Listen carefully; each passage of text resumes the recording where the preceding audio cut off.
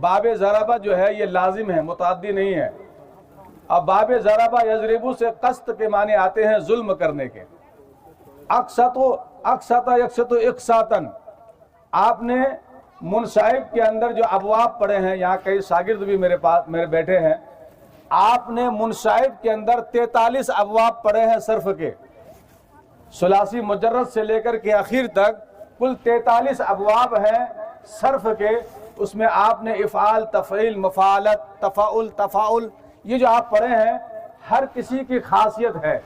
حضرت مولانا حسین صاحب ہردواری استاد حدیث دارالعلوم دیوبند نے ایک خاصیت ابواب پر ایک چھوٹی سی کتاب بھی لکھی ہے حضرت نے۔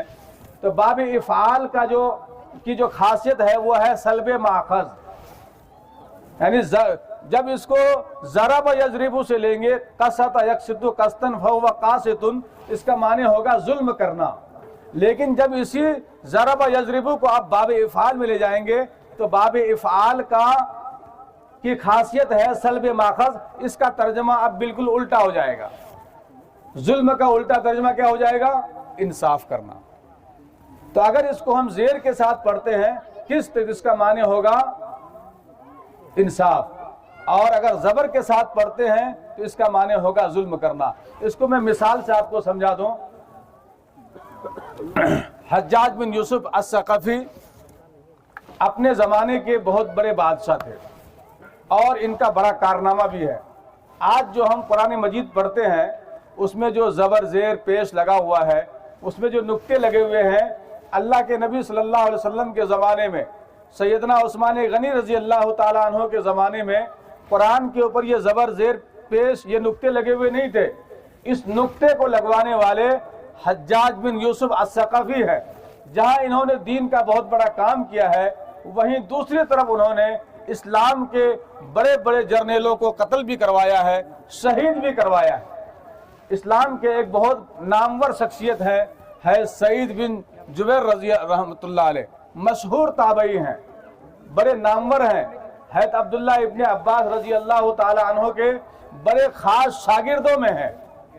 اللہ تعالیٰ نے بڑی صلاحیتوں سے حضرت سعید بن جبیر رضی اللہ تعالی عنہ کو نوازا تھا، اور حق گو تھے، اور حق بات کڑوی ہوتی ہے، اور حق بولنے والا انسان ہر کسی کو ہضم نہیں ہوتا ہے، اور جو ہضم کر لیتا ہے وہ کامیاب ہو جاتا ہے۔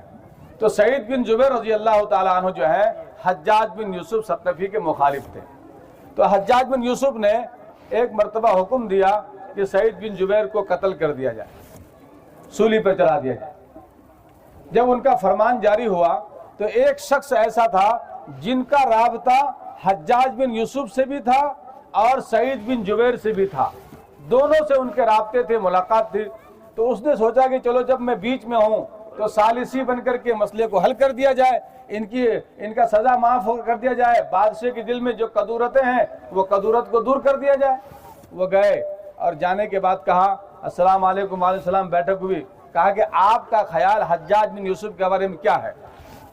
تو انہوں نے کہا ہوا عادل اور قاسط، ہوا عادل و قاسط۔ تو وہ بولا یار یہ تو بہت اچھی بات ہے، یہ عادل کہہ رہا ہے، عادل کے معنی آتے ہیں انصاف کرنے والا، جب عادل کہہ رہا ہے اس کے بارے میں قاسط کہا ہے تو قاسط کا معنی بھی انصاف کرنے والا ہی ہوگا، منصف ہی ہوگا۔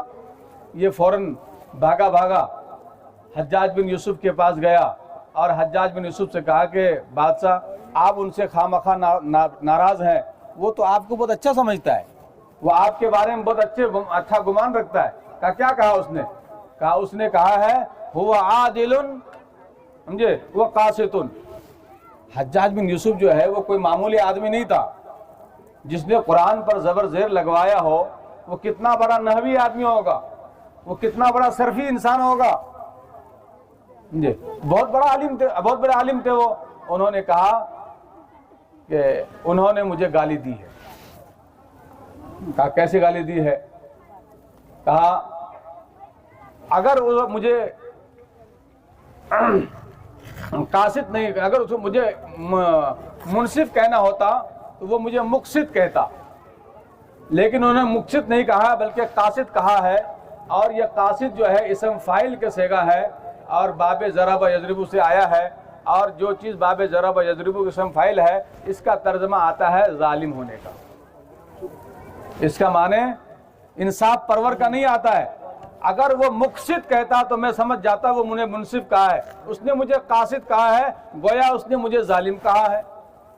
جب اس نے قاصد کہا ہے اور اس کے ساتھ عادل کہا ہے تو لہذا دونوں مترادف لفظ ہے, دونوں ہم معنی لفظ ہے. اللہ تعالیٰ نے سورہ انعام میں فرمایا ثم الذین کفروا بربہم یعدلون. یہ وہ لوگ ہیں, یہ کفار وہ ہیں جنہوں نے غیروں کو اللہ کے برابر بتوں کو قرار دیا ہے. لہذا انہوں نے مجھے مشرک بھی کہا. عادل کے معنی مشرک اور قاصد کے معنی ظالم. انہوں نے مجھے چھوٹی موٹی گالی نہیں دی ہے, بہت بڑی گالی دی ہے. لہذا میں کہنا یہ چاہتا ہوں کہ عربی گرامر کو سمجھنا بہت ضروری ہے. آج کل بیدر شہر میں لوگ ہوٹلوں میں بخاری لے کر گھومتے ہیں, سمجھے. آج کل ہر انسان کو بخاری کا بخار چڑھا ہوا ہے. میری عمر 46 سال ہو گئی ہے. میرے والد محترم نے مجھے کبھی اسکول کا دروازہ نہیں دکھایا. والد صاحب کی خواہش تھی کہ میرا بچہ عالم بنے. میں دارالعلوم سے 97 میں فراغت کے بعد آج تک مسلسل درس و تدریس سے جڑا ہوا ہوں, اور آج بھی مجھے محسوس ہوتا ہے کہ مجھے عبور حاصل نہیں ہوا ہے. لیکن جن کو تھوڑا سا اردو پڑھنا آ گیا وہ سمجھتا ہے کہ میں امام بخاری کا استاذ ہوں. یہ علماء دیوبند کا امتیاز ہے کہ علماء دیوبند اپنے بچوں کو اعدادیہ سے لے کر کے عربی ہفتم تک بچے کو تیار کرتے ہیں. اس کو نحو پڑھاتے ہیں, صرف پڑھاتے ہیں, منطق پڑھاتے ہیں, فلسفہ پڑھاتے ہیں, بلاغت پڑھاتے ہیں, ادب پڑھاتے ہیں, اصول تفسیر, اصول تفسیر, حدیث, اصول حدیث. یہ تمام چیزیں پڑھانے کے بعد 9 سال میں بچے کے ہاتھ میں بخاری شریف دیتے ہیں. ہمارے دل میں بخاری شریف کی بڑی عظمت ہے. ہم بخاری شریف کو بہت عظمت کی نگاہ سے دیکھتے ہیں. اس کے باوجود ہمیں کہا جاتا ہے الکوفی لا یوفی, یہ کوفہ والے وفادار نہیں ہوتے ہیں. پونا میں ایک صاحب آئے, کہنے لگے مولانا آپ تو کوفی ہو اور امام ابو حنیفہ رحمۃ اللہ علیہ کے ماننے والے ہو. کوفہ کے وہی لوگ ہیں جنہوں نے امام حسین رضی اللہ تعالی عنہ کے ساتھ ناانصافی کی اور میدان کارزار میں ان کو 2 لخت کر دیا. آپ انہی کے ماننے والے ہو؟ میں نے کہا ہاں. آپ کس کے ماننے والے؟ کہیں گے ہمیں کہا قرآن پڑھو. وہ پڑھنے کے لیے تیار نہیں ہوا. میں نے زبردستی ان کو قرآن پڑھوایا. جب سورہ فاتحہ پڑھ لیا میں نے کہا یہ جو قرات ہے یہ کس کی قرات ہے؟ قرات متواترہ 7 ہے نا, 7 امام عبد الرحمن بھی ہیں, سمجھے, حزمی بھی ہے, دیگر قرہ بھی ہیں. اس میں سے آپ نے جو قرات پڑھی ہے الحمدللہ رب العالمین الرحمن الرحیم مالک یوم الدین سے لے کر کے وللضالین تک, یہ قرات کس کی ہے؟ اس بیچارے کو یہ بھی نہیں معلوم یہ قرات کس کی ہے. میں نے کہا یہ قرات عاصم کوفی کی قرات ہے. آپ پوری زندگی ایک امام کے طریقے پر قرات کر رہے ہو اور وہ بھی کوفہ کے امام کی قرات کر رہے ہو تو آپ مشرک نہیں ہوئے. اور ہم نے فقہ میں امام اعظم ابو حنیفہ رحمۃ اللہ علیہ کی تقلید کر لی تو ہم کافر ہو گئے. اگر کوفہ والوں کو ماننے سے انسان اسلام سے خارج ہو جاتا ہے تو ہم سے پہلے تم خارج ہو جاؤ گے. فقہ کا نمبر بعد میں آتا ہے, قرآن کا نمبر پہلے آتا ہے, اس لیے کہ قرآن پر ایمان لانا فرض ہے. جو آدمی اللہ کی کتاب کو آخری کتاب نہ مانے وہ کافر ہو جائے گا. اللہ کی کتاب کو, اللہ کے نبی کو آخری نبی نہیں مانے گا وہ کافر ہو جائے گا. تو بہرحال میں کہنا یہ چاہتا ہوں کہ آج کے زمانے میں ہم سب کو چاہیے کہ ہم علماء سے متعلق ہو جائیں, علماء سے جڑ جائیں. علماء سے جڑیں گے تو عربی کی جو پیچیدگیاں ہیں وہ بھی ہم کو سمجھ میں آئیں گی. علامہ اقبال رحمۃ اللہ علیہ کے پاس ایک شخص آیا, کہا کہ حضرت میں نے قرآن کی ایک تفسیر لکھی ہے. وہ زمانہ جیسے آج کل انٹرنیٹ کا زمانہ ہے, ہر آدمی جس کو کچھ آئے نہ آئے ہر آدمی ریل بنانے کے پیچھے پڑا ہوا ہے. وہ کیسا بھی وائرل ہو جائے, 4 پیسے کمانے لگے. تو اس زمانے میں جو طریقہ تھا وہ تحریر کا تھا, رسالے کا تھا. تو ایک آدمی نے قرآن کی تفسیر لکھا اور لکھ کر کے علامہ اقبال کو دیا کہ حضرت آپ اس پر ایک تقریر لکھ دیجئے. اگر آپ کی تقریر اس پر آ گئی تو میری کتاب چل جائے گی اور 2 روزی روٹی کا مجھے ذریعہ مل جائے گا. علامہ اقبال نے کہا کہ اس کو رکھ دو, 1 ہفتے کے بعد آنا. 1 ہفتے کے بعد وہ آیا, کہا حضرت ہماری تفسیر دیکھے گا؟ کہا ہاں دیکھا. کیسا لگا؟ کہا آپ کی تفسیر دیکھنے کے بعد میرے دماغ میں جو شک تھا، میں جس بات سے کڑتا تھا وہ شک میرا دور ہو گیا، وہ کڑھن میری دور ہو گئی۔ یہ آدمی بڑا تعجب میں پڑ گیا کہ میں اتنا بڑا آدمی ہو گیا کہ میرے لکھنے سے علامہ اقبال کو تسلی ہو گئی۔ کہا حضرت وہ کون سا سوال ہے؟ کہا میں آج تک یہ سمجھتا تھا کہ اس سرزمین پر سب سے بڑا مظلوم امام حسین ہے، لیکن تمہاری تفسیر پڑھنے کے بعد مجھے یہ محسوس ہوا کہ اس سرزمین پر امام حسین ہی نہیں بلکہ اللہ کا قرآن بھی بہت بڑا مظلوم ہے کہ تم جیسا نااہل انسان بھی قرآن کی تفسیر لکھنے کے لیے تیار ہو گیا۔ سمجھے؟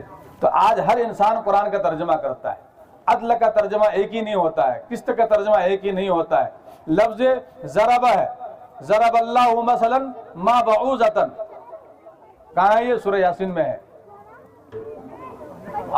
سورہ بقرہ میں ہے، اور سورہ یاسین میں بھی ہے نا، وَضْرِبْ لَهُمْ مَثَلًا أَصْحَابَ الْقَرْيَةِ۔ یہاں ضربہ کا معنی کیا ہے؟ یہاں ضربہ کا معنی کچھ اور ہے، لفظ ایک ہی ہے لیکن ضربہ وہاں کس معنی میں استعمال ہوا ہے اور یہاں مثال کے معنی میں استعمال ہوا ہے۔ تو لفظ ایک ہوتا ہے، مقام اور محل کے بدل جانے سے، ابواب کے بدل جانے سے، خاصیات کے بدل جانے سے انسان کے الفاظ کے ترجمے میں تبدیلی آ جاتی ہے، اور یہ تبدیلی ہم کو اس وقت سمجھ میں آئے گی جب ہم نحو پڑھیں گے، جب ہم صرف پڑھیں گے، جب ہم گرامر کے ماہر ہوں گے، جب جا کر کے ہم کسی قابل بن سکتے ہیں، ورنہ اتنا آسان نہیں ہے کہ ہم قرآن کو سمجھنے والے بن جائیں گے۔ ہاں قرآن کو سمجھیے۔ ایک صاحب حضرت مولانا اشرف علی تھانوی رحمۃ اللہ علیہ کے پاس آئے، کہنے لگے مولانا آپ کے تفسیر پڑھنے سے مجھے بہت فائدہ ہوا۔ کہا اچھا، آپ بہت بڑے مفسر دکھ رہے ہیں آپ۔ بولے کیا فائدہ ہوا؟ کہا آپ نے قرآن کریم فرمایا قالوا رائنا ولا تقولوا رائنا وقولوا انظرنا۔ آپ نے ترجمہ لکھا ہے کہ رائنا مت کہو، انظرنا کہو، لہذا جب میں اب قرآن پڑھتا ہوں تو رائنا کو نہیں پڑھتا ہوں، خالی انظرنا پڑھتا ہوں۔ تو حضرت نے فرمایا آج کے بعد تم میری تفسیر پڑھنا چھوڑ دو اور رائنا انظرنا پڑھنا شروع کر دو۔ سمجھے؟ تو جب انسان علماء کی صحبت میں رہ کر کے تفسیر پڑھے گا، تفسیر پڑھنے سے ہم منع نہیں کرتے ہیں، ہم یہ نہیں کہتے کہ تم تفسیر مت پڑھو، پڑھو، معرف القرآن ہے۔ میرے استاد محترم حضرت مفتی سعید صاحب پالنپوری رحمۃ اللہ علیہ کی ہدایت القرآن ہے، مولانا خالد سیف اللہ دامت برکاتہم کی تفسیر آئی ہے، مولانا تقی عثمانی صاحب جو ہمارے بر صغیر کے بڑے عالم ہیں ان کی بھی تفسیر ہے، معرف القرآن ہے، مولانا ادریس صاحب کاندھلوی والی بھی ہے۔ پڑھیے آپ، لیکن کسی عالم کی نگرانی میں پڑھیے۔ جو بات سمجھ میں نہیں آئے آپ اپنے عالم سے رابطہ کیجئے کہ مولانا میں یہاں اٹک گیا ہوں، میری گاڑی پھنس گئی ہے، میں کیا کروں؟ اب ہوتا یہ ہے کہ ایک آدمی پوری زندگی سرکاری نوکری میں گزارتا ہے، وہ بلدیہ میں تھا، کارپوریشن میں تھا، بینک میں تھا یا ٹیچر تھا، پوری زندگی ہو گئی، اب جب ریٹائر ہو گیا اب اس کو کوئی کام رہتا نہیں ہے، وہ سمجھتا میں کیا کروں، تو اب وہ قرآن کی تفسیر کرنے بیٹھ جاتا ہے۔ اب ایسے لوگ اگر قرآن کی تفسیر کریں گے تو قرآن کی تفسیر نہیں بلکہ قرآن کا بیڑا غرق کر دیں گے۔ ہم ان لوگوں سے کہتے ہیں کہ جو لوگ ریٹائر ہو گئے ہیں، آپ کو قرآن پڑھنے کا شوق ہے تو سب سے پہلا حق قرآن کا یہ ہے کہ آپ قرآن کو تجوید کے ساتھ پڑھیے۔